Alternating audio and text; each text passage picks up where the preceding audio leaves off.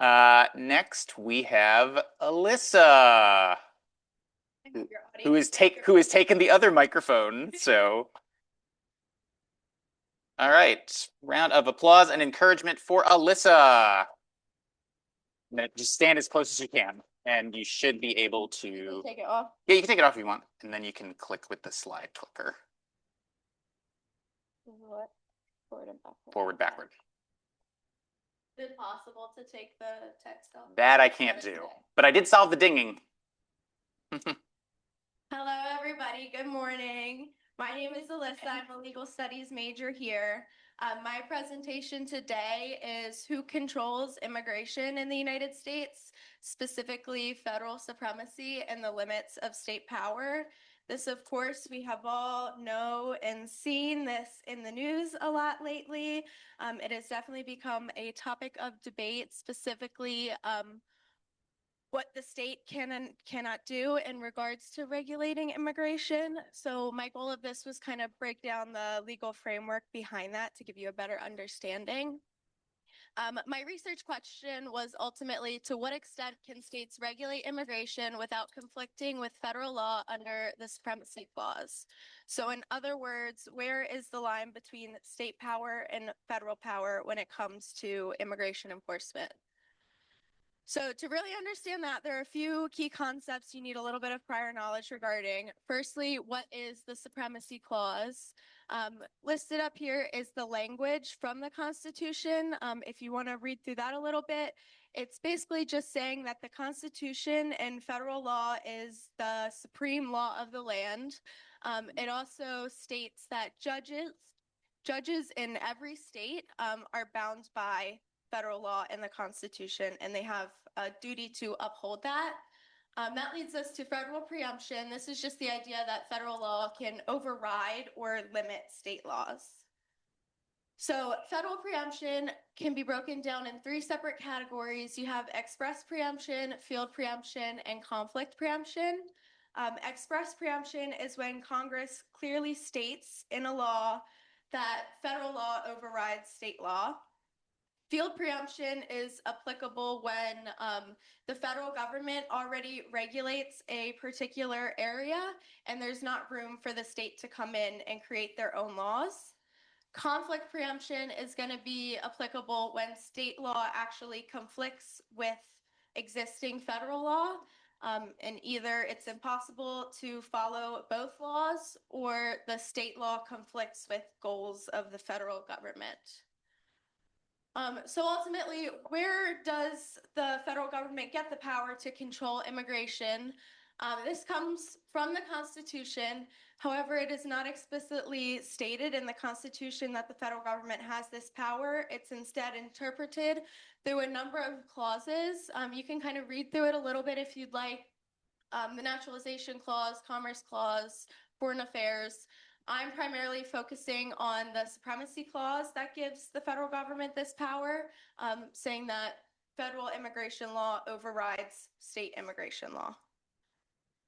I'm going to skip this for time purposes, and I'm going to get into Arizona v. United States. This is a Supreme Court case from 2012. Ultimately, the issue in this case was the state of Arizona passed a law trying to crack down on illegal immigration. It was brought to the Supreme Court. The issue here was whether this law was unconstitutional because it conflicted with existing federal law. So in this, we will look at the Supremacy Clause, and we have to decide whether or not federal preemption does apply.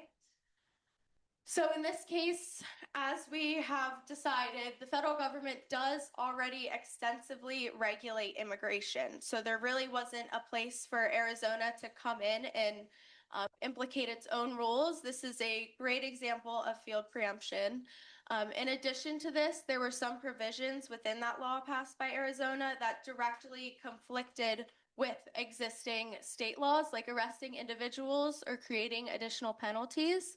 This is an example of conflict preemption. However, there was one provision in that law that was allowed to pass in regards to checking immigration status during traffic stops.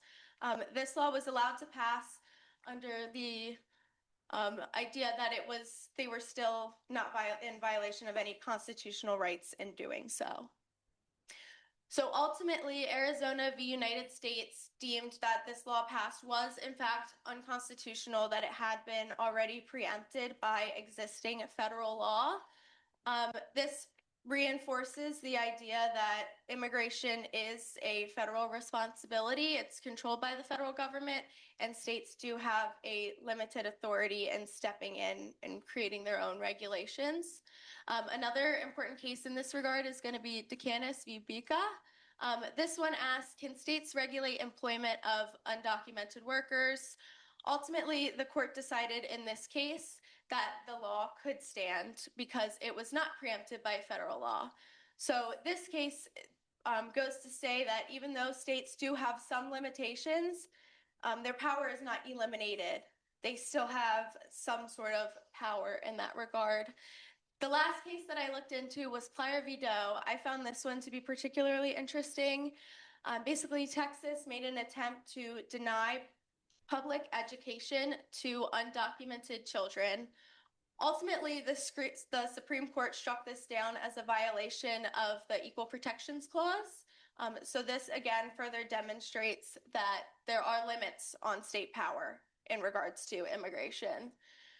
So we are seeing a lot of these issues currently today. I think the biggest one that we've seen is states' attempts to regulate ICE agents now. We've seen like the extent that immigration has come to just in the last year or so. With intense immigration enforcement in major cities on campuses. United States v. California is a case that's currently going through federal courts right now. This is in regard to face coverings of ICE agents. California is trying to regulate immigration enforcement's ability to wear face coverings when acting. So as we kind of learned, this ultimately, the state doesn't really have so much power, but this one is still playing out in court. So we will see how that ultimately ends. So we've ultimately learned that the federal government does have the power to control immigration. States' power is ultimately limited, regardless of how we may feel of how the government is going about it. It's not really a state's duty to any state law will ultimately be conflicted by federal law.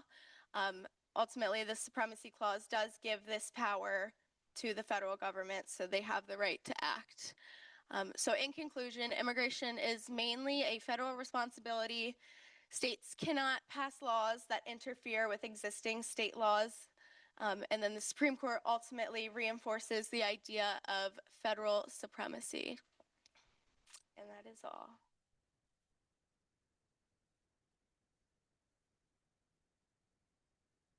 You can just stay right there with that mic. Okay. Thank you so much. Questions from the audience or judges for our second speaker, Alyssa. I got off easy. Yeah, maybe.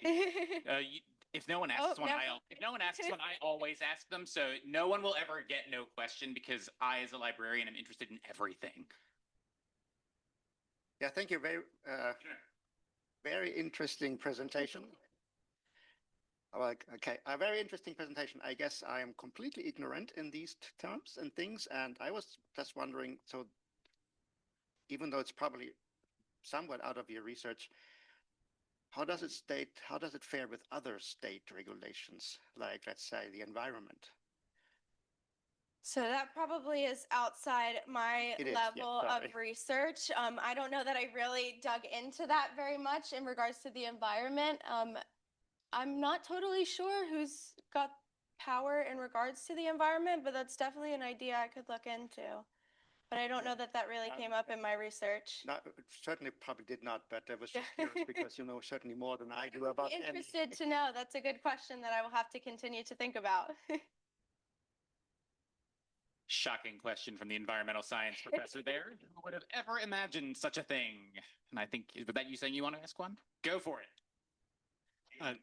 Great presentation. I was going to ask if this has come up in your research. I don't even know if it's settled law, but it's the case of these states or cities that are passing laws to order law enforcement to not do immigration enforcement. In other words, they say our police force should not try to enforce immigration, or our state police should not arrest people on federal immigration charges. In other words, they're ordering state officials to not do something, not to do it.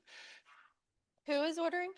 A difference, like Baltimore City has legislation under consideration now. And so I guess I'm just wondering if it came up in your research at all, if if the courts have weighed in on how the supremacy clause relates to a state or city that is telling officials not to do something, to stay out of immigration, as opposed to interfere in immigration enforcement. And if you haven't seen it, it's totally fine. I didn't know if there's a case yet. That is interesting. I don't know that anything in particular did come up in my research. I know I live in Harford County. I know we've had some sort of issue with that, but ours is the opposite. Harford County wants more enforcement of immigration, and the state of Maryland ultimately does not. So I've definitely seen a little bit of battle in that regard. Our county councilman in Harford County and our sheriff are constantly battling on social media. So I've seen a little bit of that, but that specifically did not come up too much in my research. But I would be interested to know. Good questions. Got one last question in the back. Hi, Alyssa. Hi. Excellent presentation. I am presenting on a similar topic on immigration. I just have a question for you. Since with immigration, Congress has plenary power, which means absolute power to make every decision over immigration. Mhm. How can states overcome that then? Because Congress will simply override any decision depending on the political party as well, because then it will keep swinging depending on who's in power. I'm just curious how the 50 states can be able to overcome that plenary power issue, which cannot be overcome at all. I hate to do this 3 times in a row, but I don't know that I really have an answer to that question. I would be curious to know. I would think that would fall under federal preemption, though. That would be because if Congress is clearly stating that the federal government has that authority, then the federal government does have that authority. So I think that would give the federal government preemption. But with the supremacy clause, ultimately, states are limited in what they can do to counteract that. Thank you. One more round of applause.